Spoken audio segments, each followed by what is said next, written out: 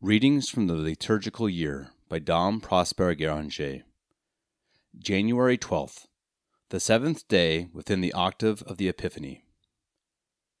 Having laid their offerings at the feet of Jesus, as the sign of the alliance they had in the name of all mankind contracted with him, and laden with his graces and blessings, the Magi take their leave of the divine babe, for such was his will. They take their departure from Bethlehem, and the rest of the world seems a wilderness to them. Oh, if they might be permitted to fix their abode near the newborn King and his incomparable mother!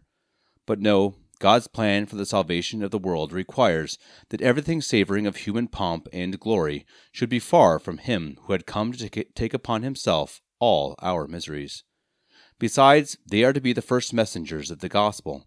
They must go and tell to the Gentiles that the mystery of salvation has begun, that the earth is in possession of its Savior, and that their salvation is nigh at hand. The star does not return to them. They needed it to find Jesus, but now they have him in their hearts, and will never lose him.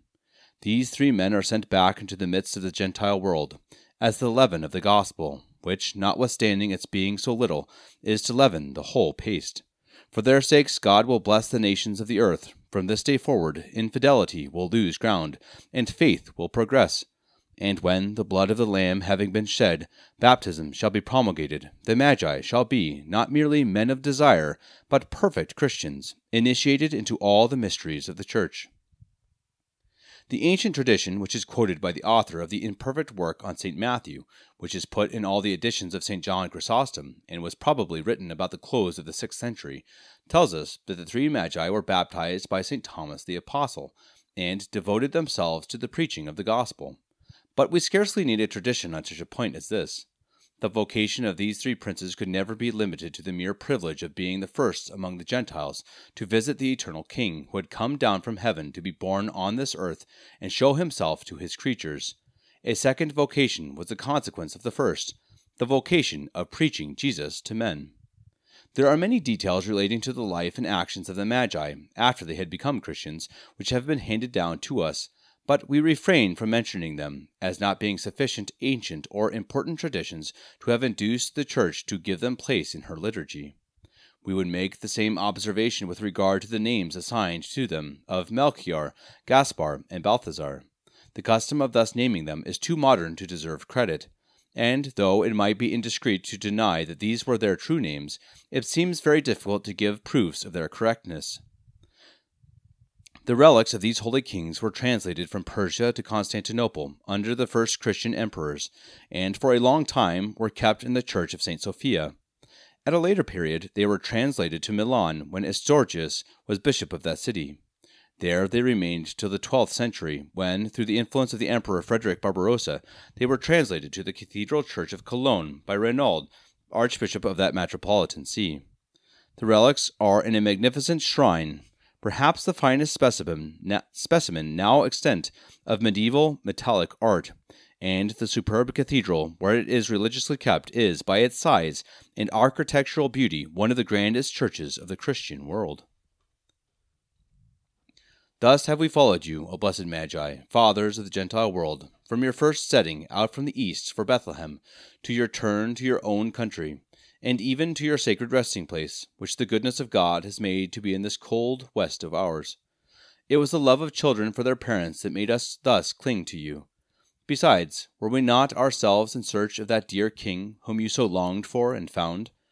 Blessed be those ardent desires of yours. Blessed be your obedience to the guidance of the star.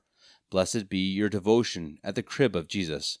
Blessed be the gifts you made him, which, while they were acceptable to God, were full of instruction to us. We revere you as prophets, for you foretold the characters of the Messiah by the selection of your three gifts. We honor you as apostles, for you preached even to Jerusalem herself the birth of the humble Jesus of Bethlehem, of that Jesus whom his disciples preached not till after the triumph of his resurrection. We hail you as the spring flowers of the Gentile world, but flowers which produced abundant and rich fruits, for you brought over entire nations and countless people to the service of our divine King. Watch over us and protect the Church. Be mindful of those eastern countries, whence rises to the earth the light of day, the beautiful image of your own journey towards Bethlehem. Bless this western world of ours, which was buried in darkness when you first saw the star, and is now the favored portion of God's earth, and on which the divine Sun of Justice pours forth his brightest and warmest rays. Faith has grown weak among us. Re-enkindle it. Obtain of the divine mercy that the West may ever send forth her messengers of salvation to the south and north, and even to that infidel East, where are laid the tents of Sem, and where the light that you gave her has been long extinguished by her apostasy. Pray for the Church of Cologne, that illustrious sister of our holiest churches in the West. May she preserve the faith. May she defend her sacred rights and liberty.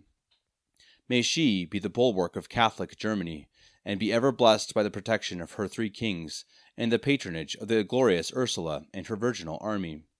Lastly, we beseech you, O venerable Magi, to introduce us to the infant King and his blessed Mother, and grant us to go through these 40 days, which the Church consecrates to the mystery of Christmas, with hearts burning with love for the divine child, and may that same love abide with us during the pilgrimage of our life on this earth.